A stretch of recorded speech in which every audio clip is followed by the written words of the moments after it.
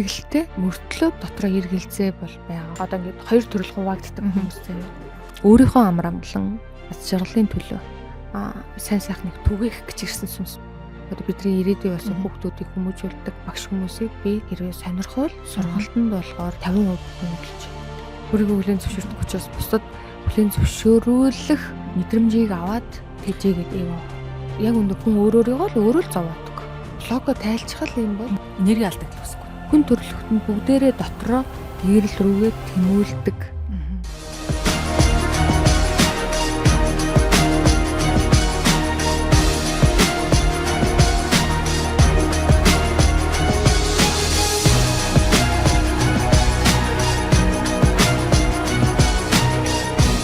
Сайн байцгаана уу? Psycho Secrets цувралын маань ээлж нэгэн подкаст эхэлж байна. За манай одоо хүндэт зочноор психосоматикч эмч Жайна эмч маань өргөдөө оролцож байна. Бид хоёрын өнөөдрийн ярилцах сэдэв бол энерги ухамсарын талаар ярилцъя гэж бодлоо. За тэгэхээр энерги ухамсар гэдэг энэ сэдэв маань одоо хүний сэтгэл мэдрэмжийн гацалт буюу блоктой ер нь яаж холбогдох юм болоо? Тэ? Одоо блок тайлах гэдэг сургалтын дээр яриад байгаа шүү дээ, тийм мэдрэмжийн гацалтаа тайлах, блоко тайлах гэдэг. Энэ нь энерги ухамсарын шатлалтай яг яаж холбогдох юм бол манай үзэгчдэд тайлбарлаад өгөөч. За энерги ухамсарын шатлал гэж байгаа зүйл маань ерөөхдөө хүний дотоод мөн чанар, тэгээ дотоод хандлага болон ухамсарын түвшинг ингээд энерги ухамсарын шатаар нь ялгаад өгсөн байгаа. Ерөнхийдөө ингээд ухамсарыг те доод, дунд, дээд гэдэг ингээд 3 хуваацсан байгаа шүү дээ. За 3 тэгэхээр тий. Тэгэхээр энэ ухамсар чинь ухамсаргүйгээр үйлдэгддэг маш олон бидний ингээд сэтгэл хөдлөлүүд байгаа. Энэ маань энергитэй ингээд холбоотой байдаг. Энерги маань өөрийнхөө бидний дотоод мөн чанарууд те сүнсний байдал ерөнхийдөө. За эргээд энэ маань бидний тэ дотоод тэр энергийн түвшнээс хамаарат сэтгэл хөдлөлүүдийг жишээ нь одоо ухамсараараа зарим нь ухамсаргүйгээрээ үйлдэл болгож одоо илэрч идэг хүний амьдрал төр. За тэгэхээр бидний дотоод энерги ухамсарын шатлал маань хэр байна, ямар байна тэрнээсээ хамаарат бидний амьдралын түвшин яг тийм байдаг. Тийм. Тэгэхээр та хэллээ шүү дээ нөгөө энерги ухамсарын шатлал доод, дунд, дээд гэд 3 хуваана гэлээ те. Тэгэхээр тэгвэл доод түвшинд нь одоо доод түвшний энерги ухамсарын шатлалд нь ямар мэдрэмжүүд оролцдог юм бол? За доод түвшнийх гэхээр одоо уур бухимдал те. За тэр ичгэвтер байдал одоо ингээд ичимхий хүмүүс. Уур бухимдалтай хүмүүс, гомдомтгой хүмүүс.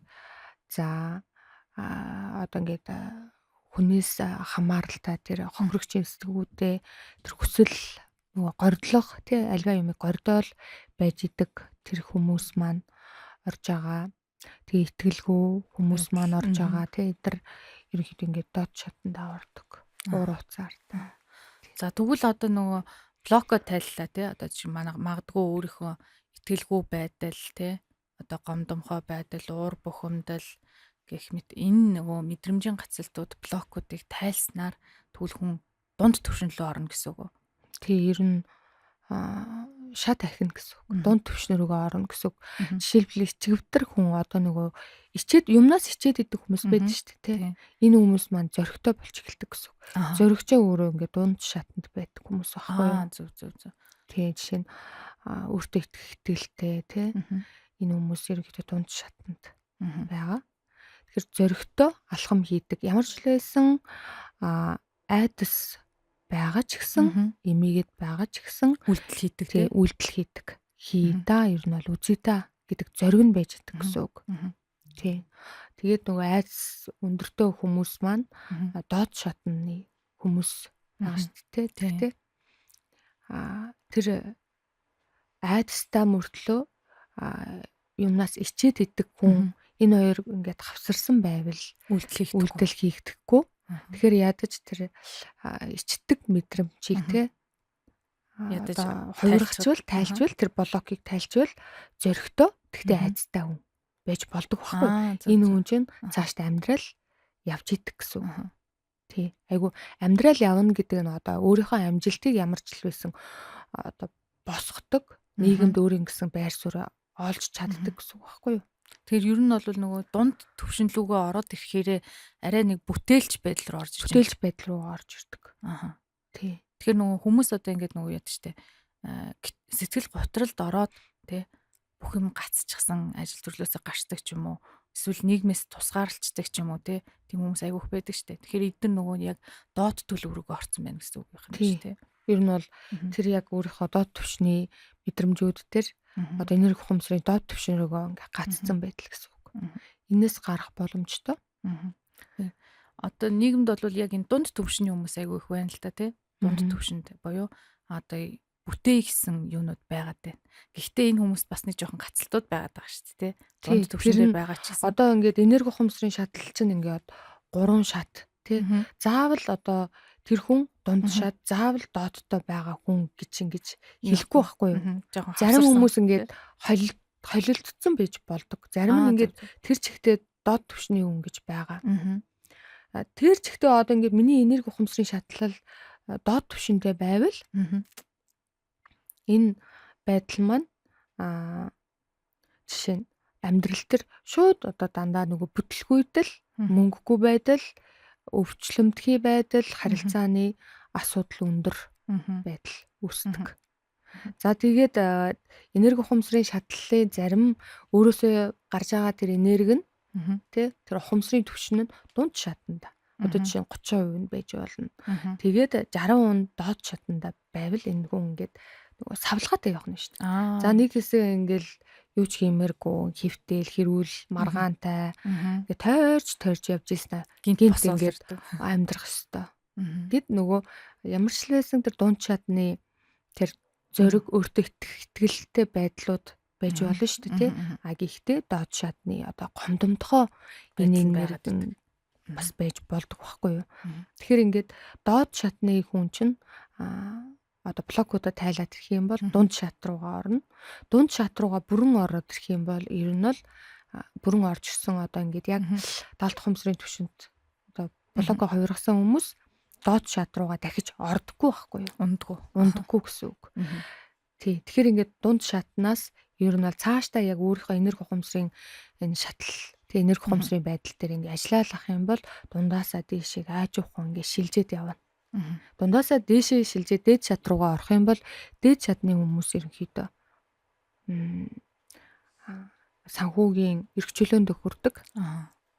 Харилцаа маш сайн байдаг, өөрийн гэсэн байр суурьтай, амьдралд өндөр сэтгэл ханамжтай амьдардаг. За жаргалын түвшин өндөр болдог. За тэгээд ямар ч лээсэн энэ дээд шатны хүмүүс чинь сайн сайхны төлөө гэсэн тийм өөрийн гэсэн том амбиц байгаад идэг. Илүү бүтээлч тийм далайцтай юм хийдэг болно. За тэгээд одоо ингээд дунд шат тэгээ давмгай дунд шатны энергитэй одоо жишээ нь 70% дунд шатн дээр байна. 30% доод шатн дээр байгаа тий. Энэ хүмүүс болохоор яг одоо өөрийнхөө энерги ухамсарын түвшнээ ингээд ахиулахгүй бол тэгэл нөгөө ингээ гацаал яг тэр байранд л байгаад идэг. Тэгээ улмаар доошоо унах магадлал бол байгаа. Тэгэхээр тэр одоо ингээд доошоо ингээд татдсан шүү дээ тий. Одоо ингээд магадгүй тэр айдас ч юм уу уур хилэн өндөр хүн чинь тий жишээ нь уур хилэн айдсын мэдрэмж ингээд давмгай болоод тэрхээрээ 70% тэр амжилттай явж байгаа дунд шатны энергиуд нь мэдээж ингээд гацалт руугаа орох байхгүй. Тэр давмгайл гэсэн үг. Дунд шатны энергиуд давмгайлчдаг. Нийгэмд одоо нөгөө ийм хүмүүс байдаг шүү дээ. Ингээд байгууллагууд төр чинь ч гэдэг юм уу те бас боломжийн ингээд ажил карьертай байна.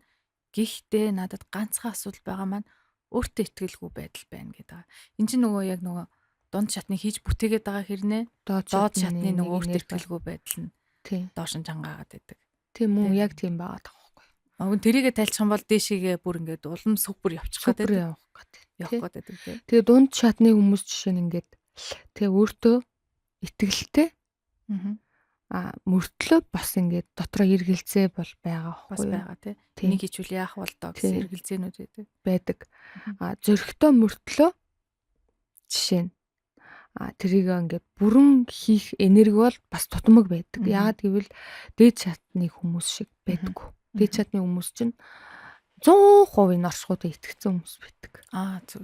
Тийм. Одоо ингээд ажил маань зогсчих үедээ гэдэг айдас байхгүй тий. айдас байхгүй. Ямар ч хэлсэн чадна хийн гэдэг байсан 100% гэсэн. Зүгээр л одоо цаашдаа ирнэ бол яаж хийж яаж явах уу гэдэг дээр л төвлөрнө. Нөгөө хийж чадахгүй байхаа гэдэг мэдрэмж огт байхгүй. Хийж чаддаг энерги маань байгаа тий. Тэр энерги нь байгаад идэг. Харин яаж зөв хүргэж энийг ашиглах уу гэд тэгж явдаг байхгүй юу? Зөв. Дунд чадны хүмүүс яадаг вэ гэхээр эрүүл хаягуул хийгээд идэг. Би яавал тэр тийшээ очих бол ямар ч хэлсэн явж л байгаа үз. Тий. Очих бол гэдэг тийм бас ингээд жоохон эргэлзээ байдаг байхгүй юу? Яавал гэдэг. Яавал гэдэг ингээд асуулт өөртөө тавиад идэг. Би яавал яг тэрийг авахгүй гэдэг нь өөртөө ингээд яг анзаарах юм бол энэ асуулт өөртөө бүрэн итгэсэн байдал байхгүй байхгүй юу? Тийм. Хүмүүс одоо нэг юм байна. Дээд түвшин рүү ороод ирэхээр гэгэрнэ гэж яриад байна үгүй. Гэгээр л яг уу дээд түвшнийх нь. Тийм одоо ингээд доод шатнаасаа ерөнхийдөө агсаар байгаад мэдээж те гэгэрл рүүгээ ингээд тэмүүлж байгаа байдал. Бүх хүмүүс доод шатанда байсан ч дунд шатанда байсан ч хүн төрлөختөнд бүгдээрээ дотроо гэгэрл рүүгээ тэмүүлдэг. Тийм хүсэлтэй байдаг. Энийг хүн болгон өөрсдөө ингээд анзаарахгүй байж болно. Тэгтээ яг ингээд өөртөө ажиллаад ирэх юм бол хүн болгонд тийм зүйл байгаа. Сайн сайхан амьдрах юмсан тий маш гоё ингээд гэрэл рүү амгалан болох юмсан. Яг үнэндээ ингээд өнөөдөр хүмүүсийн ажиллаад амьдраад байгаа байдлууд нь сайн сайхан амьдрахын төлөө байгаа шүү дээ. Энэ юу юм бэ те? Нэг тэр сайн сайхан нэг ингээд хүртхийнсэн гэж байгаа нь өөрөө гэгэрл рүүгээ тэмүүлээд байгаа байдал. Гэтэл гэгэрл рүүгээ хүрсэн хүн чинь жинхэнэ нөгөө сайн сайхан амар амгалан мэдрэмж яг жинхэнэ байгаад идэг байхгүй юу? Амар амгалан. Тийм. За тэгээд ийм энергийн алдагдaltaй хүмүүс бол бясалгал хийгээд нөхчөж болдго юм байна. За тэгвэл би ойлгохдоо дандаа ингээд нөгөө бясалгаад байна гэдэг чинь те ингээд бас ингээ алдаад идэг надад нэг шалтгаан байгаад байна шүү дээ.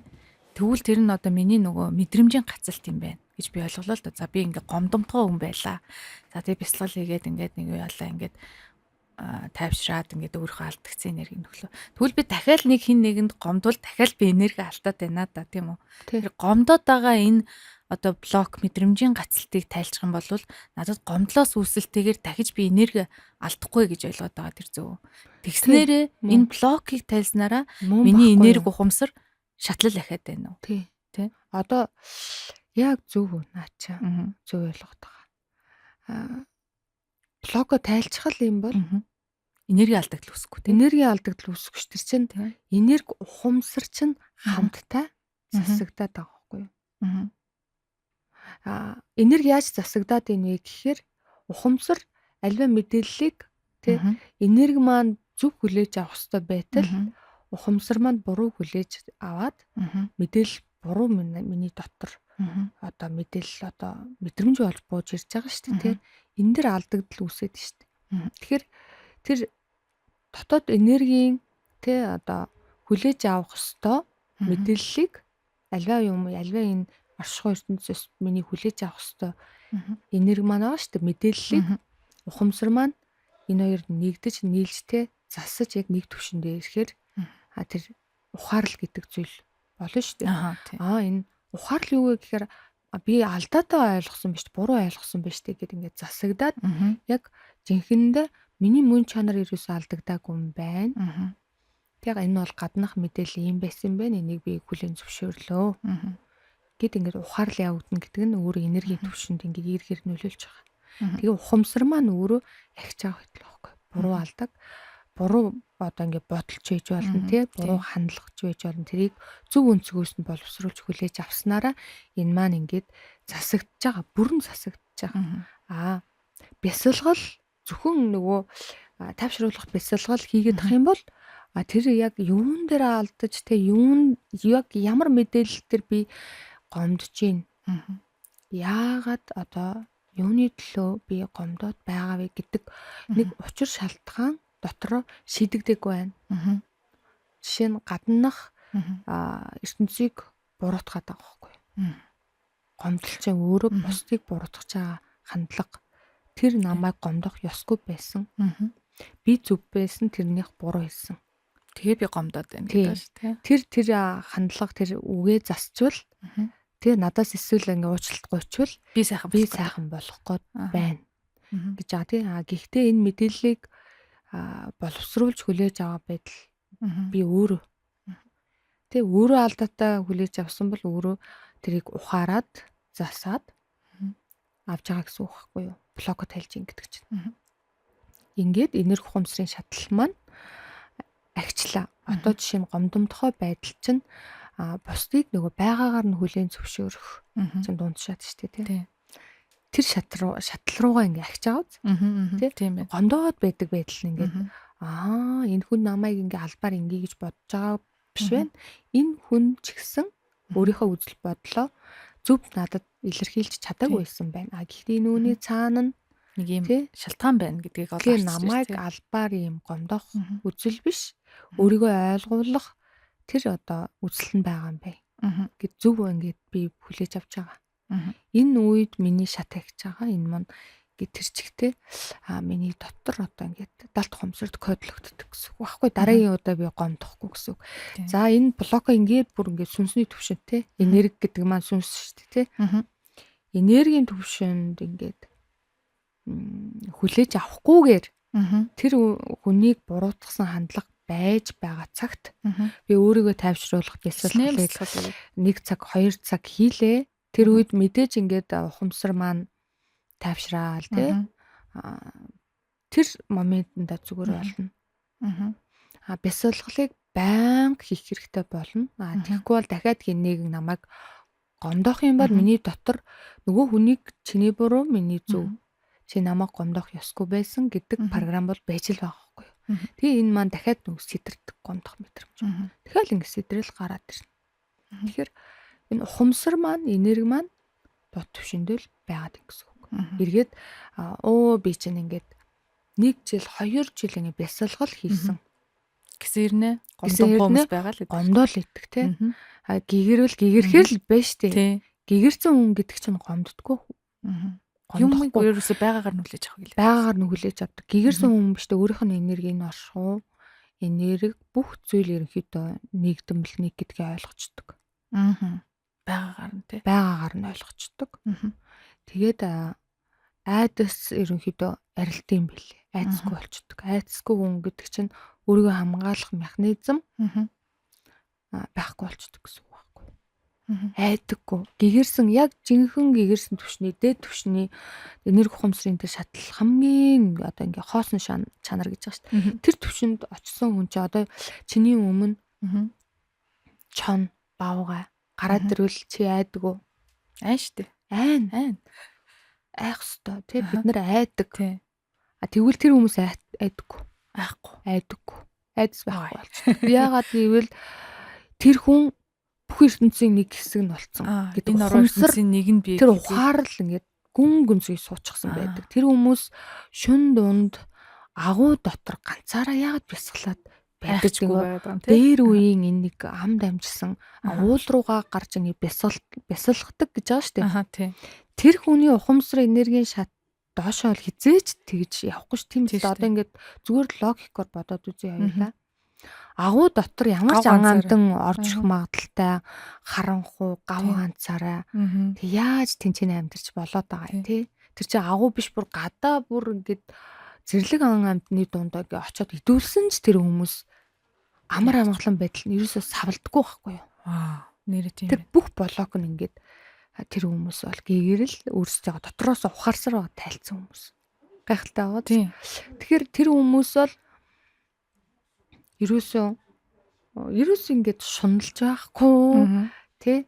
Тийм Хүсэл шунал байхгүй тий. Айдас ч байхгүй, ерөөхдөө жинхэнэ амар амгаланч Хорог төсөөлгүй юу ч байхгүй. хоосон чанарыг танин гэдэг чинь танин гэдэг чинь тэр байхгүй юу.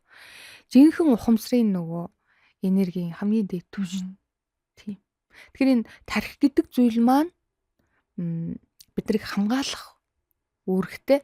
Энэ тархи гэдэг чинь яг үндэ энергийн тий одоо ингээд сүнс чинь яг үндэ эзэн байгаа шүү дээ. Миний бие махбод ингээ 3 элементтэй байна.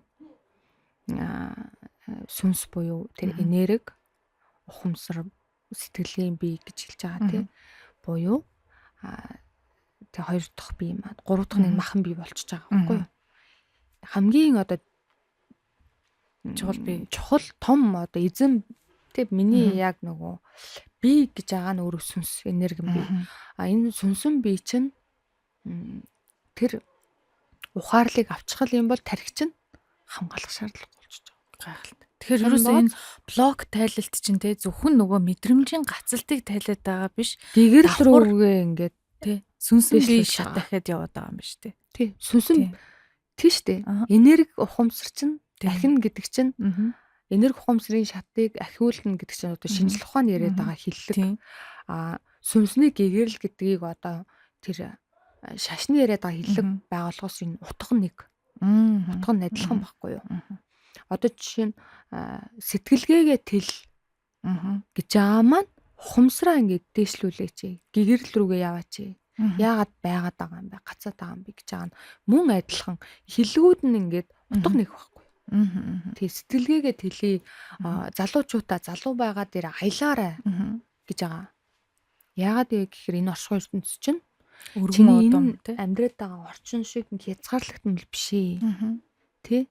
Энд чинь ингээд хязгааргүй юм оршихуй байдаг гэдгийг ухаар гэж байгаа шүү дээ. Чи ухамсараа ингээд тэл дээшл гэж байгаа тий. Хүмүүс одоо зөвхөн нэг дотоод гэрэл сургалт гээл 68 чинь блок тайлалт гэдгийг ойлгохдоо яг л нөгөө өнгөц ойлгоод ах шиг байна л да тий. Анх би тантай ярилцаа сууж байхад ч гэсэн яг л нөгөө нэг энэ өнцгөөс л харж илээсэн л та. Гэхдээ нэг гүнзгий судлаад яваад тахаар эн чинь бас их гэгэрэл рүү оруулаад байгаа юм байна гэдгийг ойлгосон байхгүй юу? Тэгээ би энэ шат ахиулаад яваад байгаа юм байна. Яг нөгөө бүр ингээ гэгээрээд ингээ даяанч болно гэсэн утгаараа биш бидний сүнсний шат ахилж явагддаг юм. Бидний сүнс дотроос байнга тэрийг хүсдэг. Байнга тэрийг нэгчээдэг. Хүмүүс энийг өөрсдөө ч ер нь бол мэдж байгаа. Би миний сүнстэй миний сүнсний хийх ёстой нэг зүйл биш үү? Би өөртөө орчлонд яах гэж төрсөн юм бэ? Өөртөө л зүгээр л жишээ авчий. Би тэрийг л ингээд хийвэл амар амгалан болж байгаа шүү дээ. Тэрийг ингээд жоохон ингээд алдаатай хийх юм бол би ингээд яах ёстой вэ? Дутуу байгаад байна гэд ингээд эхэлж байгаа байхгүй юу? Жишээ. Тэгэхээр сайжруулах ёстой. Урагшлах ёстой. Алсыг ингээд бодох ёстой. Гэт өөрийн ирэхгүй ингээд толгой тийм бодлууд орж ирээд байгаа байхгүй юу? Жишээ нь тий. Хүмүүс ингээд нүргэлж байдаг. Дотроо нэг юмыг хийх ёстой юм шиг мэдрэмж байгаад идэг. Тэг чадах юм шиг мэдрэмж байна. Дотроо. Энэ бол энерги. Тэ? Гэтэл ухамсар маань доод түвшиндээ байвал гацсан түвшиндээ байвал тэр доод түвшнээсээ гарч чадахгүй болохоор ингээд хүн чинь үнэхээр ингээд зовж амьдэрдэг. Тэр энерги ухамсарын шатал доод түвшний хүмүүс үнэхээр зовж амьдарч байгаа. Зовлон сэтгэл санааны дээшээ доошоо савлгаатай байдалд тий. Ер нь бол зовж байгаа яагаад зовоод байгаа юм бэ?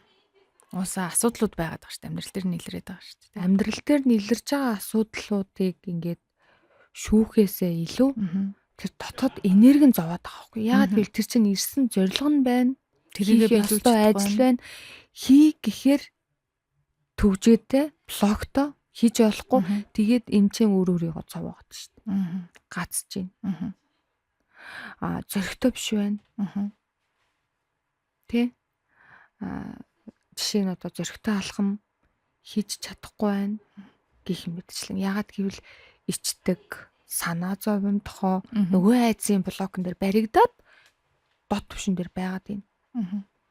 Тэгээд нөгөө ингээд тэр хүний одоо ингээд дотоод мэдрэмж нь штэ нөгөө сүнсний түвшинд нөгөө хиймээр байгаа. хийх ёстой зүйл нь байгаад идэг. Тэгэнгүүт ингээ энергитэй одоо нэг сүнс нэг шорондоо байгаа юм шиг шорон баригдсан байна шүү дээ тий. байгаад байгаа байхгүй юу.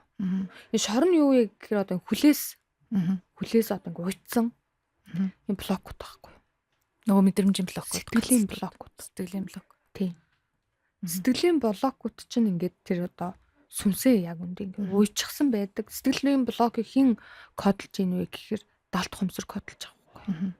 Далд хумсар болон тэр сүнс чинь өөр хоёр зүйл. Яг үндэ хүмүүсийн дотоод хүүхэд гэж байгаа нь яг үндэ сүнсэн биеийн ярьдаг шинжлэх ухаанд болохоор сүнс гэд шашин ярьж байгаа. Сэтгэл зүйн салбар маань дотор хүүхэд гэж ярьдаг. Бас мөн чанар гэж нэг яриад байгаа шүү дээ. Мөн чанар чинь тэр сүнслэг байдал маань. Сүнслэг байд. Жинхэнэ мөн чанар болон миний итгэл үнэмшил хоёр одоо нэг цэгтэр ингээ огтлцох ёстой. Тэр үед хүн жинхэнээсээ нөгөө амьдрдаг, жигтнээсээ амьдрдаг. Гэтэл дотоод тэр одоо сүнсэн бие төгжээтэй одоо төгжээтэй цаашаа бүгдээрээ сүнсэн биетэй ингээ байгаа шүү дээ. Мөн чанараа гаргаж чадахгүй юм л тийм мөн чанараараа бүтээх ёстой юм а бүтээж чадахгүй байгаа байдал нь өөрөө одоо энерги ухамсарын шатал доогуур байдлын шинж. Зарим хүмүүс ингэж одоо найзтай ч юм уу зарим хүмүүстэй ингэж ярилцаа суухад яг одоо миний амьдралд яг тийм энэ болохгүй байх, тэр болохгүй байх гэсэн юм алга. Тэ? Юус тийм болохгүй байх, бүтэхгүй байх гэсэн юм алга. Яг ингээ харахаар миний амьдралд болж байна. Гэхдээ надад нэг дотоодоос нэг асуулт үсээд эхэллээ. Би ер нь яг одоо тий юу хийж амьдарч байгаа юм бэ? Би яг зөв зүйл хийж байгаа юм уу гэдэг дотоодмаас маань энэ асуулт үсээд байна. Эргэлзээ харин үсээд байгаа. Энэ нэг мэдээлэл тэр хүн сүнсний мөн чанараа хайж ийн гэсэн үг. Тийм шүү дээ. Одоо мэдрэлийн систем чинь мэдээллийг дандаа гаднаасаа авна гэж бодож байгаа. Манайхан тий нэг 5 м хүүгээрээ дандаа гаднаасаа авах юм шиг. Гэтэл биш байхгүй юу. Дахиад хүний дотоод мөн чанараас бас мэдээлэл ирдэг. Далд ухамсарт. Далд ухамсар чинь ерөөсөө хүний энэ ил ухамсар болон тэр сүнсэн бие хооронд гэт гүр болж өгдөг байхгүй юу. Гүр. Далд ухамсараараа ингээд дотоод яг сүнсний зорилгооч явуулж болох боломжтой. Тэ? Тэгэхээр энерги ухамсарын шатлал одоо ингээд хүн болгон өөрийнхөө тэр Google-ээс хайгаал олчих болно шүү дээ, тий? Ямар шатал байдгийг тэрийг одоо нэг хідэн эрдэмтэд ингээд тодорхойлоод гаргацсан баг шүү дээ. Тэрийг ярьж байна, тий? Тэрийг одоо яг олж уншаад энерги ухамсарын шатлал гэх юм бол гараад ирнэ. Тэгэхээр аль шатан дээр байгаа вэ гэдгийг хүн өөрөө тодорхойлж болно. Доод түвшний мэдрэмжүүд өөрт чинь хэрвээ бүгдийг ингээд чеклчих. Дунд түвшнийх чинь хэрвээ бүгдийг чеклчих. Тэнгуудаа хэдэн хувь гэдэг нь ингээд гараад ирж шүү дээ. Тий. За энэ дээр холбогдуулахад одоо гадаадд байгаа хүмүүстэйгээ би нэг харьцуулаад үзье гэж бодлоо л доо. Гадаадд байгаа хүмүүс маань одоо гадаадд олон жил оршин сууж байгаа ч юм уу амьдарч байгаа суралцж байгаа хүмүүсийг хараад байх нэ тэр хүмүүс ингээд нэг ямар ч л байсан би хөдөлмөрлөх ёстой би бүтээх ёстой гэдэг байдлыг өгөх байт юм бэ. Тэр хараад тэр хүмүүс чинь нөгөө бусдаас хараад хүмүүс ерөөсөө биш байгаа байхгүй. Хин нэг нь намайг одоо миний амьдралыг дүүрэн болгох ёстой ч юм уу те. Хин нэгэн хүн намайг аз жаргалтай болгох ёстой гэдэг юу байдг юм байна. Ингээ анзаараад хаа тэр хүмүүс чинь өөрөө би сайн сайхан амьдралыг бүтээнэ гэсэн тийм бүтээлч байдал байт юм байна. Дээрэс нь тэр хүмүүст одоо нөгөө амьдралын хэв маяг те одоо цаг байрлаж идэм үү ажилд их зөв хандах байдлах ч юм уу хандлага энийг ингээд тодорхойлоод үзэхэд энэ хүмүүс маань их бас нэг тийм бүтээлч хүмүүс байгаа даа шүү дээ тий. Бүтээлч хүмүүс байгаад байна.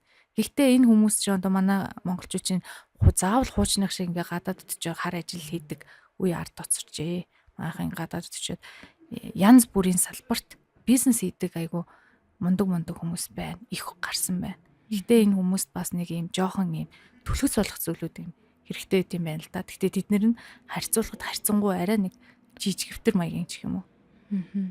Өөрсдөндөө их өндөр шаардлага тавиад тэрэндээ их ороод идэг зүйлүүд ажиглагдсан.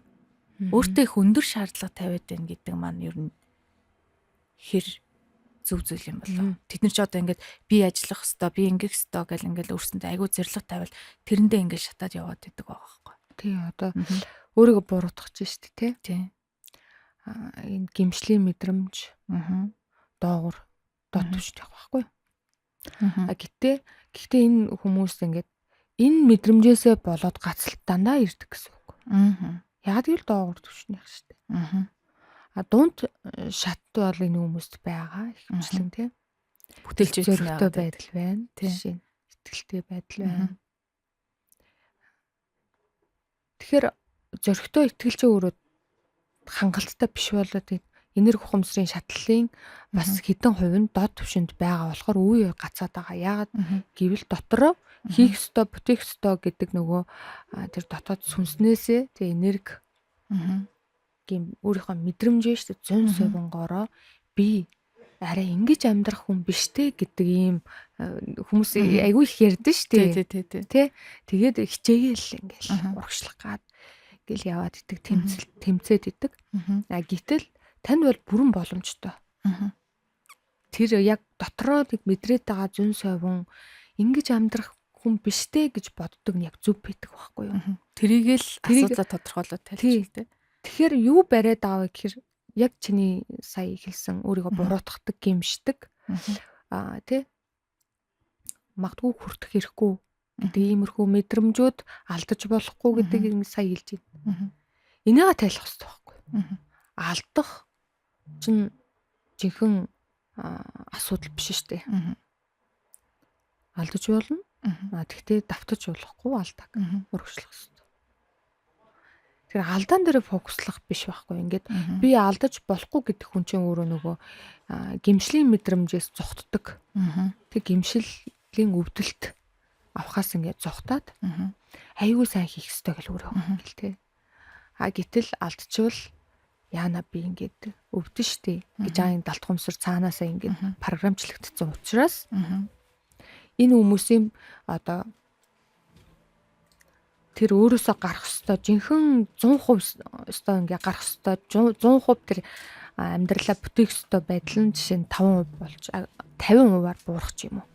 Тийм хязгаарлагдмал болчихж байгаа байхгүй. Тэгэхээр гадаадд байгаа хүмүүс маань маш их тийм хөдөлмөрч хүмүүс, зөрөгтэй хүмүүс, мундаг хүмүүс байгаа тий.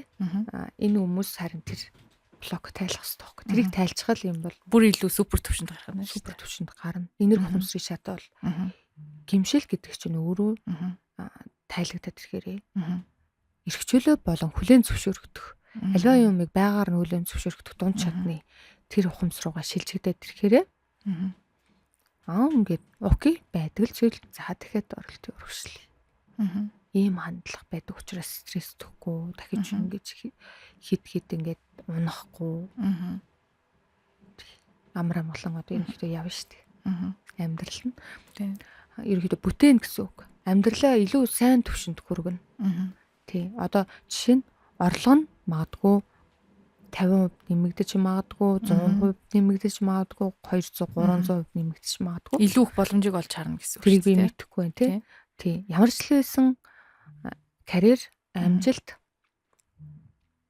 тэр орлого, эрүүл мэнд, харилцаа бүгд ер нь бол ахдаг, сайжирдаг. Блог тайлна гэдэг чинь ерөөсөө манайх ингэ бодоод байгаа.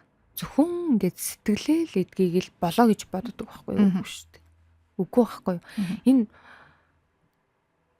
сэтгэл зүйн эм одоо уухаасаа 1000 дахин илүү амьдралын чанарыг сайжруулах зүйл чинь блог тайлах зүйл. Харьцуулшгүй. Би яг үнэн байгаар нь хэлье. Тэ би худлаа ингээд блог тайлахыг сурчлаад байгаа юм биш. Үнэндээ. Тэр хүний сэтгэл эдгэрхээс гадна дотроосоо тий өөрийгөө мэдрэх байдал нь дэвшлэхээс гадна бодит яг амьдрал дээр нь өсрэлт бий бол нэр юм. Анх бол ерөөсөө л яг нэг юм байсан шүү дээ нөгөө сэтгэлийн гацалт блок одоо нөгөө гомдол те одоо юу гэдгийг гутрал энээсээ л гарна л гэж бодоод байсан чинь энэ чин цаагаараа өөрөө айгу том зүйл байгаа байхгүй. За би бол өлсөөл хоол идээд өөрийнхөө махан биеийг хэрэгцээг хангацлаа. Даарвал би хувц өмсөд хэрэгцээг хангацлаа. миний сэтгэл өвдөж эхлэе, гунигллаа. Тэгэх юм бол би энэ сэтгэлийг нэг татгаруулах аргыг хайчиж байна те. Тэгвэл нөгөө миний дотоодод одоо хүн болгонд те ганцхан надад биш. Бүх хүн бүр өөрийн гэсэн сүнсний мөн чанартай төрсэн баг. Гэтэл энэ сүнсний мөн чанар маань өөрөө юугаар дутагддсан юм бэ? Тэрний хэрэгцээг бас нэг амар амгалан байхгүй юу? Амар амгал. Тий. Аа. Яг сэтгэлд үүрсэн мэдрэмж. Нэг амар амгалан мэдрэмж байхгүй юу? Тэр чинь. Сэтгэл хэд ингээд зовоод тэгээ дотроо түгшээд ирэхээрээ яг тэр энерги сүнсний түвшинд үнэхээр зовж байгаа шүү дээ. Энэ үед тэр мэдрэмжийг орлуулах гэж байгаа байдал байхгүй юу? Гэхдээ тэр нь яг үнэндээ бодит биш шүү дээ. Жишээ нь чи сая хэлсэн шүү дээ. Өөр нэг төр зүр юмар ингээ орлох. Тэ? Одоо уух юм уу? Төр зүрийн тайвшрал, арх уух. Гэхдээ эн чинь асуудал шийдэгдсэн гэсэн үг шүү дээ. Төр зүрийн л байдал. Тэр сүнсний шат ахилт буюу сүнсний хэрэгцээ нь бол амар амгалан байдал. Одоо ингээд яг архиуж байгаа хүн биш дээ тий. Шалтгаан нь архиуж байгаа хүн чинь эсрэгээрээ ингээд тоошоо унаад байгаа. Байдал тий улам тоошоо унж байна. Гэхдээ тэр одоо гэгэрэл рүүгээ ойртох мэдрэмжийг архиар нөхөж байгаа гэсэн үг. Гэхдээ архи өгөхгүй тэрийг. Архиар нөхөх гэж оролдож байгаа. Тий. Тэгэхээр тийм байгааз бүх хүн тийшээ л тэмүүлээд идэх. Архиуж байгаа хүн ч тийшээ тэмүүлж байгаа байдал. Тэр бясалгаж байгаа хүн ч амар амгалан хүн чинь тийшээ тэмүүлж гин. Блокод хэлж арга нь өөртэй. Нэг нь эрүүл аргаар, нэг нь эрүүл бус аргаар. За нөгөөх нь одоо магадгүй компьютер тоглоомын донтолт мөн тийшээгэлгүйгээл тэмүүлэх гээл байгаа. Хэрүүл маргаан тэгвэл юу вэ? Хэрүүл маргаан чинь цаадах зорилго нь тэр байдаг байхгүй юу? Бас амар амгалан хүртэх гээд хэрүүл амар амгалан хүртэх гээд хэрүүл хийгээд байна. Яагаад гэвэл өөрийгөө хамгаалаад байна. Миний амар амгалан байдлыг чи алдагдуулаад байгаа шүү. Би амар амгалан баймаар байна гэж хэрэлдээд байгаа байхгүй юу? Тэгэхээр ерөөсөө л биш те эн чинь тодорхой хэмжээний хүнэл гэгэрэл рүүгээ тэмүүлдэг юм байна. Бус нь тэхгүй. Энэ даяарчилсан энэ нийгэмдэр бол тийм биш ээ гэж аавал үгүй байхгүй юу? Бүгд л гэгэрлийг хүсэж байгаа юм байна. Бүгд л ухамсаргүйгээр тийшээ амар тэмүүлдэг. Далд ухамсараараа. Яагаад гэвэл дотроосоо тэрийг сүнс маань үргэлж нэхэж байдаг. Хүсэж идэг. Шат ахиач, шат ахимаар. Хүсэж ин нэхдэг. Тэнгуудаа ухамсар те би тэр мэдрэмж байгаа болохоор би энэ нийгэм дээр нүдэрээ юу харж юу ойлгож гин тэр зүйлээрээ л би авч өгөх гэж оролдлого хийж. Тэ? Зарим хүмүүс мундаг байх, маш сайн сурах. Ингээл яг нөгөө амар амгалан гоё зүйл болно. Хүмүүстэй хүлээн зөвшөөрөгдөн, батлагдана. Энэ үед яг амар амгалан болно гэд өөрөөртөө тэрийг авч өгөхгүй л ингээд хичээгээд байгаа байхгүй юу? Гэтэл хүлээс өндөртэй хүмүүс маань магадгүй хамгийн амархан арга нь одоо архи уух гэж нөгөө архи руу орчих жишээ нь тий. Тэгэхээр ийм л байгаа байхгүй юу? Ер нь бол бүх хүн тийшээ л тэмүүлдэг. Тэр одоо архичин байна уу? Тэр бунтан байна уу? Ерөнхийлөгч байна уу? Жижүүрийн ажилтан байна уу? Хамаагүй. Бүгдээрээ л хүн л бол сүнстэй, энергийн биетэй тий. Бүгдээрээ л тэрийг өөр өөрийнхоороо л аваад идэг. Нөгөө авах гэж оролддог. Тэгвэл бөхрөө ийм байж болох уу? Нөгөө хүн одоо бүгд л өөрийнхөө амар амгалан руу тэмүүлдэг байх нь сүнсний шат ахилттэй. Миний сүнсний өөрийнх нь жинхэнэ мөн чанар гэгээлэг байдал руугаа тэмүүлдэм байна. Гэвч тэр гэгээлэг байдал руугаа тэмүүлэхээ одоо нөгөө хүн өөрөө хайхрахгүйгээр ч гэдэм үү те. Одоо энэ амьдралын энэ хэрэгцээ, биологийн хэрэгцээ илүү ч гэдэм үү те. Махан биеийн хэрэгцээ, материаллык хэрэгцээ лүгөө түлхүү хандаад тэрийгээ одоо нөгөө орхигдуулаад буруу арга замаар үдэм одоо хулгай хийгээд идэх ч гэдэм үү те. Тэгээ нөгөө нэг шашны хэллэгээр 10 нүглийг үлдээд байвал хүн яах вэ? Тэгвэл тэрний шийтгэл нь хаанаас ирэх вэ? Одоо ийм байгаа шүү дээ.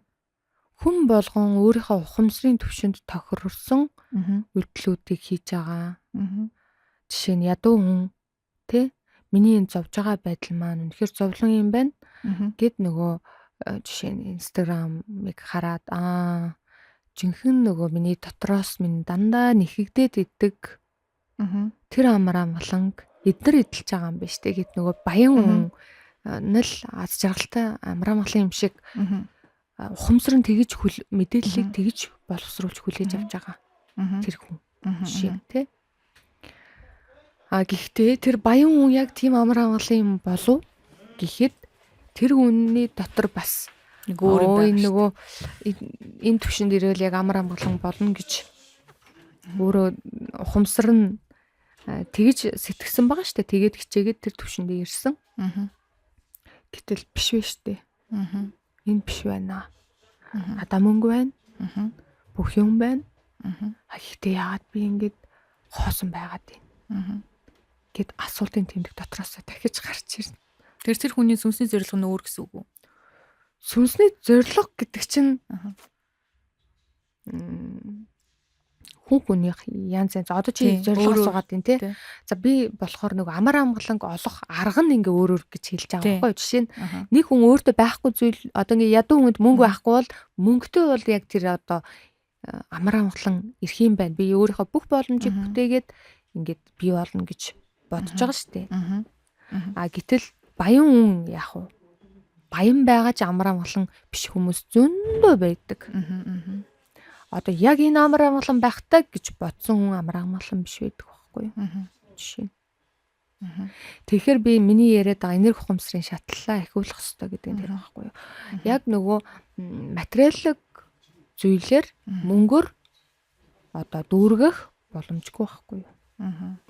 Харин мөнгөөр болохоор дүүргэнэ гэж ухамсар ойлгоцсон болохоор мөнгөтэй болж байгаа. Асрах мөнгөтэй болъё гэд бүр хязгааргүй мөнгөтэй болсон ч гэсэн тэр амар амгалан руу хүрч чадахгүй байх магадaltaй байхгүй. Жишээ байж тээ нийгэм тэр. Тий. Одоо ингээд саяхан гарч байгаа аимшигтай жишээнүүдийг алдартай хүмүүсийн оролцол зэрэгүүд тий. Тэр хүмүүст мөнгө байна уу? Байна. Нэрх мэд ядуу хүмүүс бодож байна. Тэд нар ямар гоё юм бэ те. Инстаграмд ингээд гоё амьдрал харагдаад иддэг. Дандаа гоё ингээд элит байгаад энэ элит түвшний баячууд. Одоо ингээд Европын нөгөө хэрэг гарлаа шүү дээ. Бүхэл бүтэн арал эзэмшээтэй те.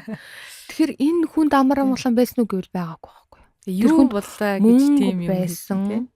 Нэр хүнд бүх юм л байгаа. Гэхдээ амар амгалан байдал байхгүй юм те. Хаанаасаа тэрийг олох гээд ингээд твдээд бүр аимшигтай хэрэг хийгээл яваад шүү. Буруу аргаар нөхөд шүү. Буруу аргаар нөхөд. Өөрийнхөө нэг хүрч чадах хэмжээгээрээ ингээд хийгээд байгаа байхгүй. Тэр хүний хүрч чадах хэмжээ нь талаацтай том байгаа болохоор бүх орны элитүүдтэй холбогдсон хэрэгтэй биш үү те. Хэрэгд амар байна те. Тэгэхээр тэр хүнд тэр хэмжээний чадал байгаа болохоор тэр хэмжээний аимшигтай зүйл хийж байна. Гэтэл мөнгөгүй ядуу хүн яадаг вэ? Өөрийнхөө хэмжээгээр ухамсарна. Магадгүй нөгөө ингээд арх ухчих. Хүрх хэмжээгээр яваад байгаа. Тэгэхээр сүнсний зорилго чинь амар амгалан олох. Гэхдээ сүнсний зорилго чинь хоёр төрөл байт юм байна. За одоо хоёулаа юу сүнс ярьчлаа тий. Одоо ингээд сэдв баг тийм болчихлоо шүү дээ. Зүг шүү дээ ярилцгаар. Хүмүүстэй ингээд ажиллаад үзэж байхдаа би анзаарсан. Хоёр төрөл байт юм байна. За. Нэг сүнс одоо ингээд хоёр төрөл хуваагддаг хүмүүстэй. Нэг төрлийн сүнсний зорилготой хүмүүс маань өөрийнхөө амар амгалан аз жаргалын төлөө байдаг.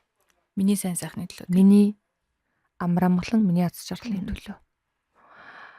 Энэ хүмүүсийг ажиглах юм бол нэг газарт удаан тогтож ажил хийж чаддаг.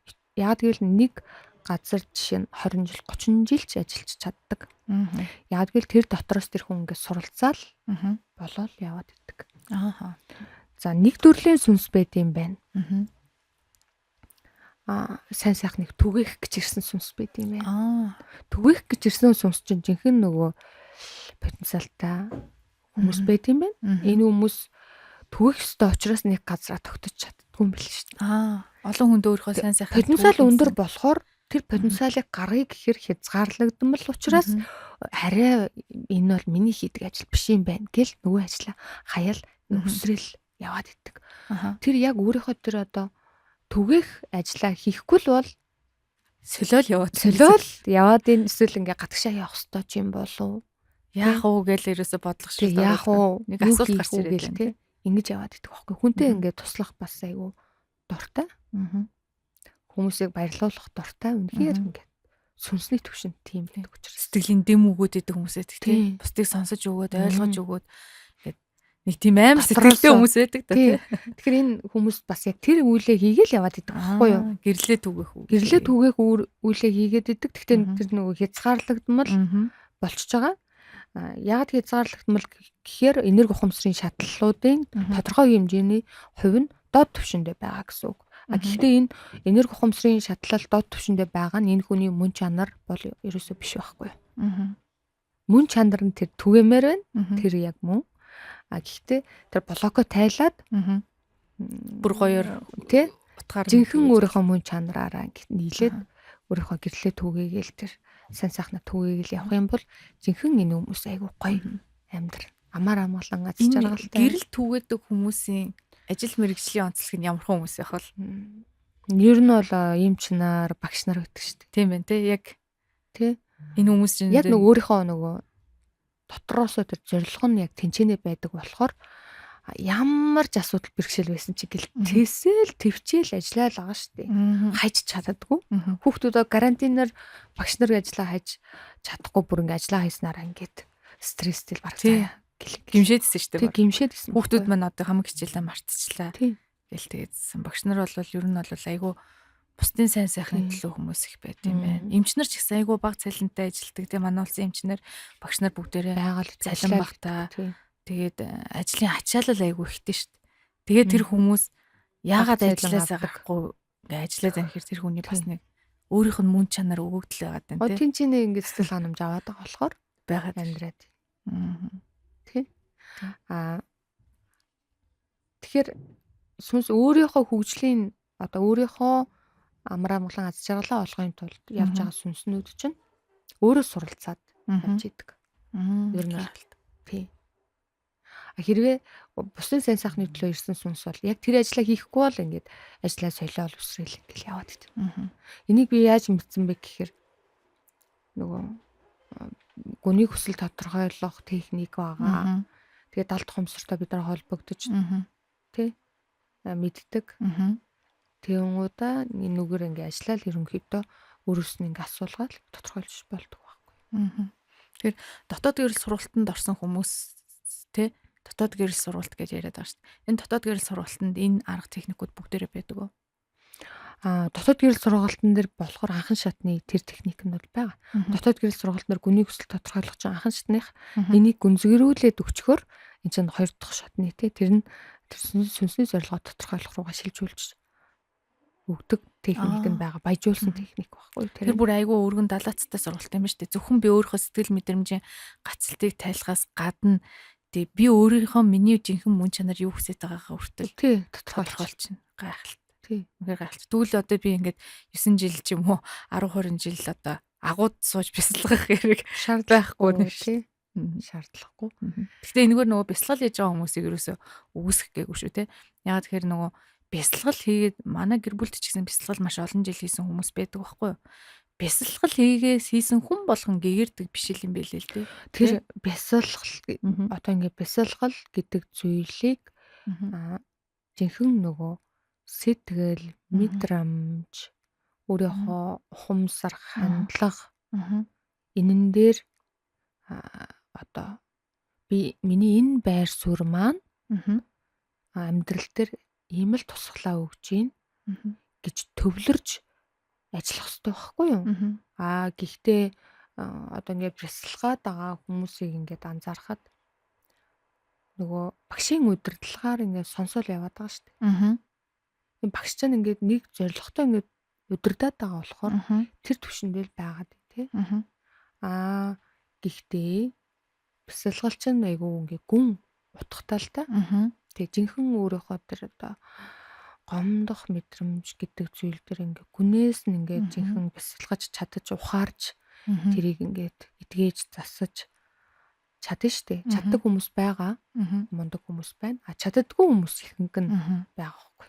Тэр нь болохоор нөгөө төр зүрийн тайвшрал болоод байна гэсэн үг Тэгээ тий. төр зур нөгөө тайвшрах зорилготойгоо тэр Мгм. хүний зорилго нь өөрөө тайвшрах зорилготой Мгм. бол тэр зорилго нь л биелэгдэн штэ Мгм. тий. Гэтэл дотроосоо яагаад би ингэдэг ухамсарлаж Мгм. ухаарч ингэж бясалгах чинь өөр. Бис та маш олон Зорилгоос жил шалтгаална. гэлтэй. Тэгээд Одоо хүмүүсэд чи тэгсэн ирнэ нэг гацалттай, тэр эготой. бясалгалын зорилго нь Аха. ямар байна? Мгм. Үр дүн тийм л байгаа шүү. Мгм. Тий. Тийм ээ. Өөр лугаа өнгөх ёстой Мгм. бясалгал гэдэг чинь ерөөсөө өөр л. Мгм. Өөр лугаа өнгөхдөө зүгээр л нөгөө төгшөлтийг л намжих зорилготой бясалгал байх юм бол тэр зорилгоо л аав шүү дээ. Мгм. Тийм ээ. Би ч гэсэн ер нь бясалгал хийдэг байсан л да. Өмнө нь Аа. нэлээдэн жил бясалгал хийсэн. Гэхдээ би бясалгалыг одоо ингээд бодоход яг нөгөө зөв хийж байгаагүй юм билээ л дээ. Одоо бодоход. Аа. Зүгээр ёстой нэг тухайн үедээ төр зуурын тайвшрал авах гэж л тэр бясалгалыг хийдэг байсан байгаа байхгүй. Тэгэл нөгөө бясалгалаа хийж явах үедээ сайхан тайвширсан уу тайвширчин.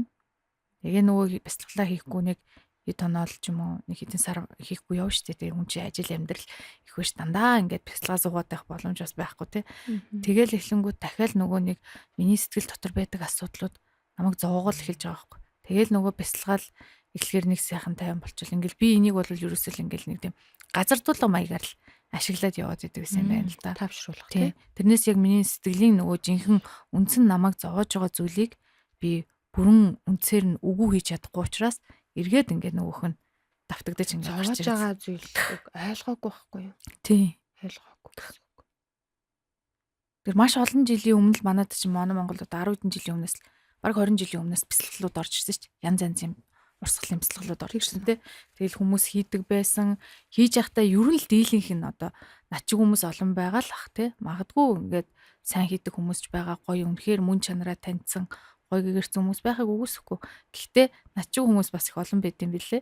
Би зөвхөн өөр ширээ тийм бясалгалыг газар тулга маягаар ингээд явцсан. Тэгээд нөгөө бясалгасаар агаад би нөгөө амарлаг олон жил бясалгал хийцэн гэдгээрээ эгоорцсон ч хүмүүс бас байд юм билээ. Тэр болохоор ээгорно гэдэг чинь юу вэ гэхээр өөрийнхөө дотоод ухаарч засах ёстой зүйлүүдийг ухаарч засах биш зөв гэд буруу талаас нь улам кодлоод байгаа хүмүүс.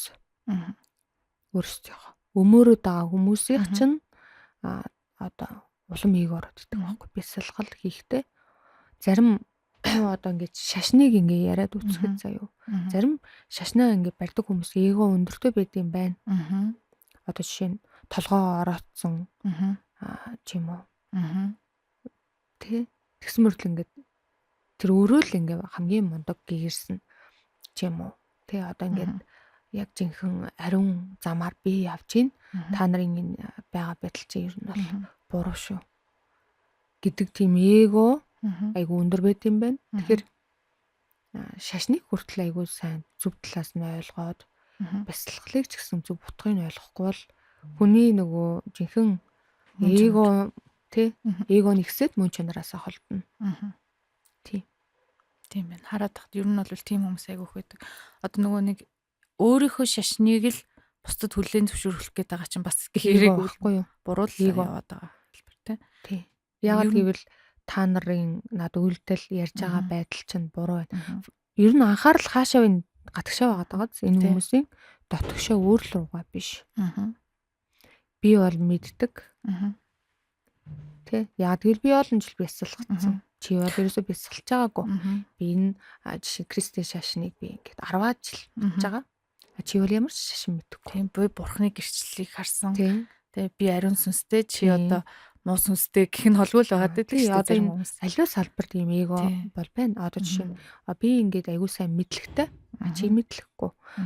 За би болохоор аягүй сайн гадаад хэлтэй. Чи хэлэхгүй. аль салбарч байгаа байхгүй энэ эгоор л Нөгөө би сайн чи юм уу гэж яваад. би сайн чи юм уу? Би сайн чи юм уу гэдэг хандлага байвал таны наад байдал чинь өөрийнхөө зүгээр л эгоогоо дүгийлэх гэж л та ашиглаж байгаа зорилго чинь ерөөсөө тэр байна. Сайн сайхныг түгээх гэж биш байна. Та хэрвээ гадаад хэлийг мэддэг бол та бол эсвэл тэ математиктай мундаг бол тэр чинь бусдад сайн сайхнаа өгөхгүй л бол тэр чинь хинт хэрэгтэй. Тийм биз. Ямар ч хэрэггүй шүү. Таны үрт чинь л хэрэгтэй. Тэг өөрийгөө энийг ашиглаж байгаа. Энэ бол сайн. Гэхдээ энийг бүр ингээд бусад надаас доогуур гэдэг хандлага гаргах юм бол энэ бол танд чинь үртөө чинь яг үнэндээ хор хөнөөлтөө.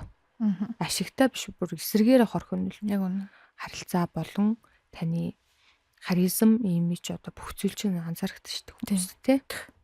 Тэгээ хүмүүс ч одоо нөгөө энэ надаас гарч байгаа зан арын шин миний мэдрэмжийн нөгөө энерги чинь угаасаа энэ орчлын ертөнцид тарж явж байгаа.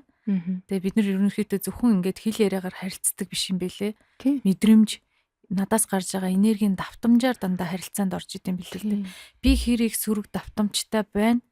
Буцаагаад надад ирэх хариу үйлдэл нь яг л тийм сөрөг хариу урлууд ирдэг юм байл л дээ. Тэр энэ дээр бас нөгөө эготой хүмүүс нь бас анхаарал тавихад илүүдэхгүй байх. Эго ихтэй хүмүүс айгүйх стресстэй амьдрт юм байна. Ягаад тэгэхээр тэр нөгөө эгон тижигдэхний тулд зөрчилд айгүйх орд юм байна. Зөрчилд яг тийм ягаад гэвэл дотоод сүнсний мөн чанар одоо тэр дотоод энерги сүнстэй тэрийг яг үнд өсөхгүй. Энэ одоо ингээ эго гэдэг чинь ерөөс сэтгэлийн блок байхгүй. Тийм, блокуд тийм. Өөрийгөө батлан харуулах, ойлгуулах, бусдад хүлээн зөвшөөрүүлэх, мөн өөрөөрөө хүлээн зөвшөөрч чаддаггүй хүмүүс илүү ээг ороод идэг. Өөрийгөө хүлээн зөвшөөрч чаддаггүй хүн чинь ээг ороод эгонд би болж ин гэдэг өөрийгөө хичээгээд байдаг байхгүй юу. Жишээ нь одоо нарцисс хүн бас тийм шүү дээ. Ээг ороод идэг те. Эготой. Өндөр эготой. Яг жинхэнэ мөн чанарт бол өөрийгөө хизээч дотроо хүлээн зөвшөөрдөггүй далд блокуудтай байдаг юм тэр. Өөрийгөө хүлээн зөвшөөрдөг учраас бусад хүлээн зөвшөөрүүлэх мэдрэмжийг аваад гэт амар амгаланг авах гэдэг байхгүй юу. Тэжээгээд эгоогоо. Тийм. Тэгэхээр сүнс гэдэг зүйл чинь ерөөсөө энэ яг өөрийнхөө зорилго одоо шатаа ихэхгүй л бол тэгэл та эгоорж бясалгах зэвэл гацна. Маш хүчтэй гацна. Та эгоорж мөнгөө хурааж ивэл гацна. Сэтгэлийн дүүрэн байдлыг мэдрэхгүй, амар амгалан байдлыг мэдрэхгүй учраас. Тэгээ одоо ингээд мөнгөө ингээд мөнгөтэй болгох тусам тэрийг зөвхөн өөрийгөө эгог улам дэвирлгэж зорилго нь ерөөсөө л тийм байвал гацдаг байхгүй. Өмнөх жишээнүүдээр бид нэг ярьж ирсэн те. Одоо ямарваа нэгэн байдлаар нэг зүйл дутагдаад байгаагаа нэг болоор хүн идэж хоолоор нөхдөг юм байна. Нэг бол зарим хүмүүс материаллык байдлаар нөхдөг юм байна те. Зарим эмэгтэйчүүд айгүй футга учирг одоо худалдаа авалт гэдэг хүмүүс байдаг шүү дээ. Шопинг донтцсон гэдэг гэмээр те. Одоо шопинг донтолт гэж бас байгаад байгаа шүү дээ. Худалдаа авалт гадаадд ч гэсэн айгүйх байдаг ингээ нөгөө зээлийн карта тулсан зураа зээл авцсан. Тэгээд дахиад бүр зээл аваад тэгээд бүр нөгөө нэг юм өндөр хуйтай зээл авангуудаа тэргүүрээ ингээд үнтэй юм авцсан. Тэгэхээр чи нөгөө сэтгэлийн хоосрлыг материаллык байдлаар нөхөх гээд байдаг. Гэхдээ тэр хүн чинь гацалттай л байгаад байна да тий. Энэ блокийг л тайлчих юм бол уг нь хүн тэгж өөр ширэнд ордог юм уу? Өөрийгөө таргалуулж зовох. Өөрийгөө яг үндэ хүн өөрөөрийгөө л өөрөө л зовоодог. Энийг хүмүүс чинь үүлийн өөр нэг өвөгдөөцөөс нэрсэн эсвэл хин нэг тэгсэн нийгэм гэж аавал. Үгүй хүн өөрөөрийгөө л өөрөө л зовоогод идэг. Өөрийнхөө одоо яг өөрөө л нэрээ сүүлийн үед одоо энэ нөгөө шашнаас болоод шиг юм уу? Одоо юунаас болоо хүмүүс ингээд өөрсдийнхөө амьдарч байгаа амьдралын шалтгааныг өмнөх үеийнхэн л үгэж чигдэг байдал айгүй харагдаад байна л да. Одоо манай хүүгдээдээс ийм нүгэл үлдснээс болоод манайхаа ингэж амьдарч байгаа ч гэдэм үү. Энэ юу н хэр байдаг юм бол ер нь яг одоо эцэг хүүгдийн асуудлаас болоод өнөөдрийн миний амьдрал уруудан доройтно гэдэг нь энэ хүний эго юу? Энэ юу вэ? одоо ер нь бол илт өөрийгөө өмөрөх, хариуцлагаас зугтах байдал байхгүй. Өөрийнхөө амьдралыг хариуцах байгаа байдал үү те? Эзэн болохгүй. Өөрөө ингээд ямар ч лээсэн бүтлгөөд дээшээ гарч чадахгүй байгаа байдлыг ерөөсөл бусдад чихэж байгаа байхгүй. Тэр нь одоо эзэн бийгүү ямар ч лээсэн өвөгдөөц байсан тэгэл болоо. Хэддэг үе өвгөн мэдэгдэхгүй тий шиг л бүр түлхэж байгаа байхгүй. Тэр би эсвэл өмнөх наснаар би тийм үеийн үртэй байсан тэрийг би одоо энэ наснда эдэлж байна. Үгүй гэдэм байх энэ бол. Засаж болдог. Тэгвэл хүн өөрийнхөө амьдралын эзэн болол засаж өөрийнхөө амьдралын эзэн болох боломжтой. Юунд дэр гацж байгаа тэр сэтгэлийн блокоо тайлах хэрэгтэй байхгүй юу тий? Айдас биш тий. Айдас байх байхгүй. Тийм ээ. Тийм. Тэгээ айдас байгаа учраас айдастай хүн хөдөлдөггүй шүү дээ. Зүхтдаг дандаа юмнаас тий. Зүхтаах үйлдэл. Зүхтаагаад хүн яаж дуургашлах юм тий. Хойш ухраад байгаа үстэй. Гэхдээ нөгөө удмаас ирдэг ген гэж гений онцлог бол байдаг. Одоо жишээ нь Монгол хүний өөрийнх нь онцлог байна. Солонгос хүний онцлог байдаг шүү дээ нэг тий нийгмийн өөрийнх нь тий. Тэр бол байдаг. Гэхдээ илт миний бүх юм 100% удмаас гэх нь өрөөсгөл магадгүй зөх хэмжээний тэр хувь байж магадгүй тий. Магадгүй ингээд өвөг дээдсээс орж ирсэн магадгүй айдас бийж магадгүй шүү дээ. Жишээ нь одоо сайн хүн болоорой энэ төр гээл захиад иддэг сайн хүн болох хэрэгтэй гэдэг юм ухамсар байна те. Бид нар ингээд өвөг дээдсээс бид нарт ингээд бүр ингээд толгойд ингээд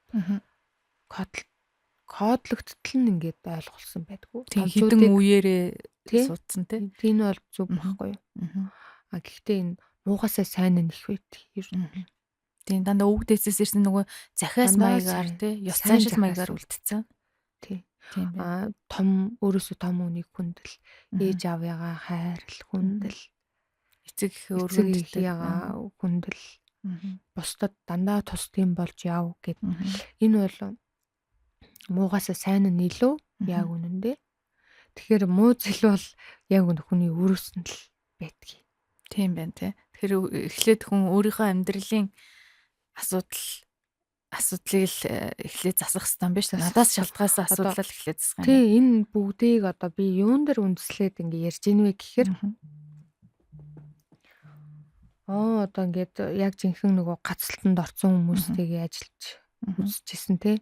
Жинхэнэ нөгөө би чинь үеийн үртэй одоо ээжийн маань талд тийм байсан гээд орж ирж тэр блоко далд хумсрын төвшөнд тайлж исэн хүмүүс яг өнөөдөр тэрийг асуухаар мартцсан битгүү байхгүй юу лээ би тийм юм ярьж илүү гэл тэгэхээр чин тийм биш байгаад байгаа байхгүй чин ухамсар нь өөрөө тэр тарих маань тэр хүн өөрийгөө л хамгаалаад шүү дээ тий. Манай удмын ирчүүд одоо 49 хүрэхгүй өнгөрчдөг ч гэдэг юм уу. Нэг тийм юм яриад байдаг хүмүүс байдаг шүү дээ тий. Манай удмын ирчүүд ингээл 49 хүрэхгүй өнгөрчдөг. Манайхан ингээд ирчүүд нь одоо эрт явчихдаг гэд ингээд байгаа юм. Хүн ер нь бас өөрийгөө кодлоод байна уу? Эсвэл үнэхээр тэр удам одоо 49 хүрэхгүй өнгөрдөг кодлоод байгаа юм руу. Генээр дамжиж ирсэн мөн чанарууд гэвэл дандаа сайн чанарууд байдаг. Байлээ. Дандаа сайн чанарууд. Сайн чанарууд. Генээр дамжиж ирсэн одоо трама гэж байгаад байгаа байхгүй тий. Трама гэж байдаг. Жишээ нь ухаарах ёстой зүйлүүд. Ухаарлууд нь. Байдаг. Ухаарах ёстой зүйл. Гэхдээ энэ бол таны амьдралыг 100% өдөрдөн гэж байхгүй. Тий штэ тий. Энэ бол маш бага хувийг эзэлдэг байхгүй. Энэ дэр ерөөсөө фокуслж ингэж хэд анхаарах шаардлагагүй. Тэгэхээр хамгийн гол нь ихэнх хүмүүс өөрийнхөө амьдралын хариуцлагаас зүхтаагаад өмнөх үерүүгээл чихэд идэм юм л гэж харагдаад байгаа. Манай удмынхан ингэдэг тэгдэг. Удмаараа юм байсан. Одоо манай аавын талын байсан, ээжийн талын байсан гэдэг нөгөө асуудлыг өөрөөсөө зайлуулан төлөхөх оролдлого их байгаа юм тий. Энийг хэрвээ жинхэнэ удмаасаа орж ирсэн зан чанарууд байвал шууд энийгээ засч чаддаггүй хүн. Эхлээд хүн дистрата байх хэрэгтэй. Өөрийгөө засч ижил тийшээгээ төвлөрч орж чаддаг. Яагаад гэвэл эн чинь жоохон нарийн механизмтай, нарийн ур чадвар шаардсан техниктэй байдаг баг. Тусдаа гэсэн үг Тусдаа. Тэгэхээр өнөөдөр яг тэр дотоод гэрэл дээр орж ирсэн хүмүүс энийг тайлж чаддаггүй байхгүй. Дандаа өөрсдийн хувийн асуудалтай хүмүүс л орж ирж байгаа шүү дээ, тий. Тэр хүмүүс өөрийнхөө хизээ хаанд кодолж авсан энерги ухамсарын тэр дод шат байна. Тэр ягаал тайлах бүрэн боломжтой. Цаашаа гүнзгий орыг гэвэл энэ бол агсан шат. Энийг одоо хоёулаа энэ яриад чинь энэ бол хэрэггүй. Тийм. Тэгэхээр нөгөө та сая хэллээ шүү дээ. Ингээд сүнсний зорилго чинь хоёр янз байт юм байна. Нэг нь хүн өөрийнхөө сайн сайхны төлөө, миний сайн сайхан, би өөрийнхөө ахиц дэвшлийн төлөө зорилготой хүмүүс. Нөгөө хэсэг нь болохоор бусдад гэрлээ түгэх, тэ? Бусдын сайн сайхны төлөө гэсэн зорилготой хүмүүс байт юм байна, тэ? Энэ дээр бол нөгөө эмчнэр, багш нар, тэ? Манай Монгол улсын багш нар цагдаа хүмүүс бас байгаад идэм бил. Цагдаа нар бусдын төлөө, сайн сайхны төлөө энэ мэргэжлийг сонгочдөг. Цаанаас энэ мэргэжлийг ингээд сонгочтой юм бил шүү дээ. Яг нэг өөрийнхөө мэдрэмжээрээ. Тийм. Тийм ээ. Тусламар санагддаг. Хамгаалмар санагддаг. Тийм ээ. Тийм. Бас л хүнд мэргэжлүүд шүү дээ. Ингээд бодоод үзэхэд бол тий өчнөө хүний болон хүүхдтэй өдөржин ажиллах, өвчтөн хүмүүсийг өдөржин асарч тий тэр хүмүүсийн сэтгэл зүйтэй харьцах. За эсвэл хүнд үйл явдал дээр туслах гэдэг чинь одоо бас нөгөө цагдаа нарын хэв журмыг сахиулах тий. Надаа нэг ингээд жоохон юм дотроо жоохон юм харамсалтай санагддаг байхгүй юу? Энэ хүмүүс үнэхээр мундаг хүмүүс байхгүй юу? Энэ хүмүүсийн төвшин яг шатын ингээд тайлаад өгөх ёстой. Одоо доод шат байвал тайлаад өчөх ёстой байхгүй. Дэмжиж өгөх ёстой хүмүүс. Жинхэнэ одоо нийгэм сайн сайхныг түгээдэг. Тийм. Сүр одоо жинхэнэ нийгмийг авч явдаг. Мундаг хүмүүс чинь энэ хүмүүс. Юунд би харамсдаг вэ гэхээр энэ хүмүүсийн жинхэнэ дотоод мөн чанар нь гайхалтай. Тэгтээ одоо тэр хөдөлмөрийг одоо шударгаар үнэлж өгдөггүй бидний нийгмийн зүгээс жоохон шудраг ус хандлага байна. Тий. Байна. Өндөр энэ хүмүүс цайлан авах хэрэгтэй байсан. Гэвч тэгэж үнэлэхгүй байна. Тий. Миний бодлоор хэрвээ нийгэм сайжрах юм бол энэ хүмүүсийн цайлан юун тэр одоо сая хэдэн зув тий. Юун тийм биш байхгүй. Энэ хүмүүс чинь 20-30 сая авах хэрэгтэй хүмүүс байхгүй юу? 10-20-30 сая авч ажиллах хэрэгтэй хүмүүс. Маш нэр хүндтэй мэрэгжлийг нэр хүндтэй мэрэгжил цалинтай байгаад. Өндөр нэр хүндтэй. Үнэхээр үн цэнтэй миний мэрэгжил бүр ингээд харьцуулшгүй мэрэгжил. Бусад мэрэгжлүүдтэй. Тий. Одоо гадаадын улс орнууд чинь багш мэрэгжилтэй эсвэл эмч мэрэгжилтэй тий эсвэл хууль сайхуулалт ажилладаг үйл хүмүүс ер нь вау л гэх байхгүй юу? Тийм. Вау гэдэг. Гэхдээ манай дэсэргээрээ баг таньсээ ичг нь холгүй байгаад шүү. Нөгөө цалин багтаа гэдэг утгаараа тий. Энэ хүмүүсийн гаргаж байгаа энерги потенциал тэр сайн сайхан бусдын гэсэн энергийг өнөөдрийн цалинтай нь харьцуулахад цалин өгж байгаа хүмүүс ичмэр байгаад байгаа. Тий. Яаж ичихгүй тэр цалин тийж тогтоогоод өгöd тэр би мэдэхгүй ойлгохгүй. Энэ хүмүүс өстой хамгийн номер 1 байх хэвээр. Тий. Манлайлагч нар багхгүй юу? Ер нь бол улс орны ирээдүй гэрэлтэй гэгээтэй сайн сайхан бэ гэвэл багш эмчнэр тий энэ хүмүүс цагдаа энэ хүмүүсүүдийг уг нь бол яг зохих ёсоор нь үнэлэх ёстой л тоо. За бүр ялангуяа тий бүр ялангуяа одоо нөгөө гэрэлт ирээдүй болсон өөр хүүхдүүдэд маань багшилж байгаа хүмүүс биш шүү дээ. Энэ хүмүүсийн ачаал бүр хэрэг сэтэрсэн нэг ингээд 60 хүүхэд гэж байгаа жишээ нь тий. Нэг багшид 60 хүүхэд оногдно гэвэл тэр хүн 60 хүүхдийг сургана гэдэг чинь бас чанга байхгүй. Тийм шүү дээ. Тэгэхээр энэ хүмүүсийг олгоор энерги ухамсарын шатал потенциал нь дотроо өндөртэй хүмүүс.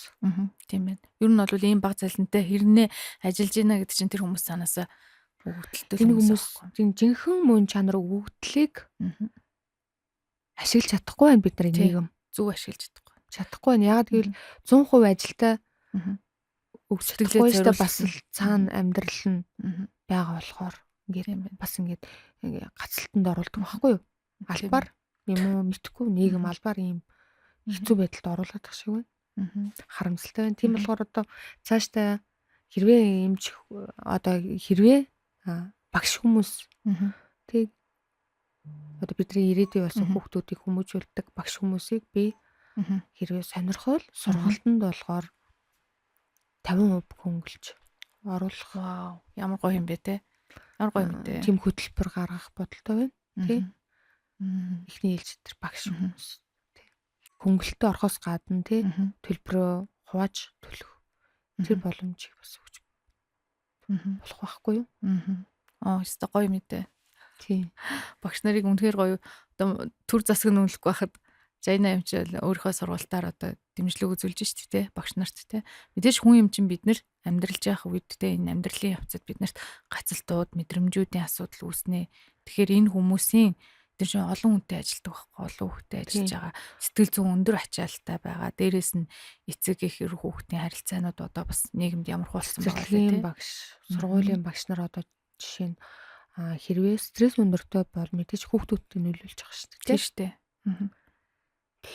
Тэгэхээр хүмүүс юу тэр ар гэртээ санаа зовлтгүй уг нь бол ажилламаар байгаа байхгүй. Жинхэнэ өөрийнх нь дотоод мөн чанарыг хайраар илэрхийлэх юм бол нийгэм өөрөөс сайжрах байхгүй юу? Тийм ээ. Манай нийгэм жинхэнэ потенциалтай хүүхдүүд сайн сайхныг бүтээдэг ирээдүй бий болох гэдэг. Тэр бол мэдээж ээж аавуудаас гадна багш нарын нөлөө маш өндөр байдаг шүү дээ. Өндөр байх маш өндөр байгаа. Гэтэл өнөөдөр нийгэм багшийн нэр хүндийг сурагчийн өмнө унгаагаад байна. Албаар юм шиг санагдаад бүр одоо надад бол тэр нь жоохон харамсалтай байна. Багш гэдэг үг чи өөрөө айгүй өндөр статустай үг л дээ байх хэвээр. Маш өндөр статустай байгддаг үг. Багш гэдэг үгний арга угаасаа хүссэн хүндлэл явагддаг юм байна. Хүндлэх ёстой амар хүндлэл явагддаг. Гэтэл өнөөдөр тэгэхгүй баг үйлчлэгч юм шиг л. Чи цалингаа авч байгаа үсттэй гэх юм одоо бидний татварын мөнгөөр цайланчаад гэд нэг ичдэггүй эмч багш нар дайрдаг одоо тийм хүнийг бол би бол үнэхээр харамсалтай байна. Цагдаа хүн ч мөн адилхан. Үнэхээр ачаалттай цаг наргүй ажилтдаг шүү дээ. Ямар ч баяр ёслолд гэр бүл бүтэн тэд нар сууж чаддаггүй байхгүй юу? Цагдаа нарын ажил чи өөрөө хүнд ажил л да.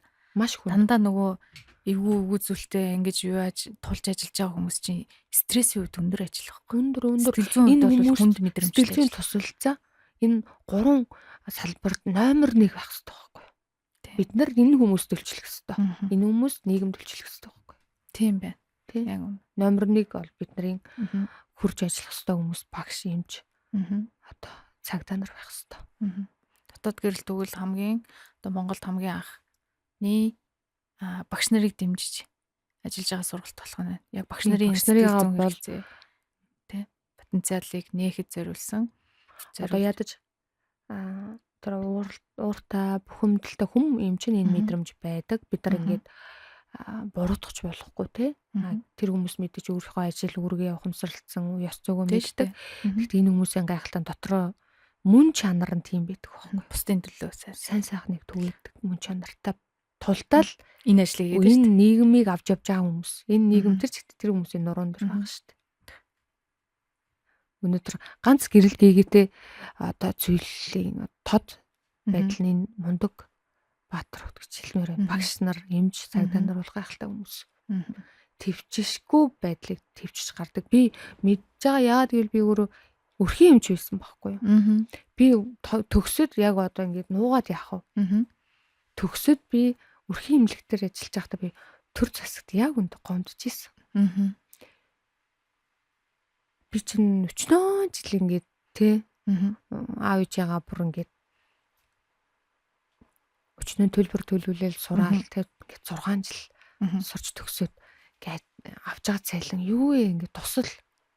Тэр бол би ерөөсөө гэртээ юм авч чаддгүй угаасаа унааны мөнгө, хоолны мөнгө тэгэл болж л байхгүй. Тэг би гомдож исэн. Гэхдээ би үнэхээр энэ хараа мөн чанар маань яг нөгөө байгаад байгаа байхгүй юу? Хүний төлөө. Тэгээ яалтчгүй хийхгүй болох гацалтанд орж байгаа. Би бизнес хийж үзсэн. Тэр бол нөгөө үнэхээр миний мөн чанар биш болохоор би тэр чаддгүй юм блэ. Эргээд би дахиад одоо ингээд хүсний төлөө ажилласан сууж байгаа байхгүй тийм аа. Тийм байна. Тийм. Гайхалтай. Тэгэхээр энэ хүмүүс тийм мөн чанар байдаг. Гайхалтай. Манай багш юмж сүлэгч нараа дааж тэр хөдөлмөрийг үнэлэхгүй нь харамсалтай.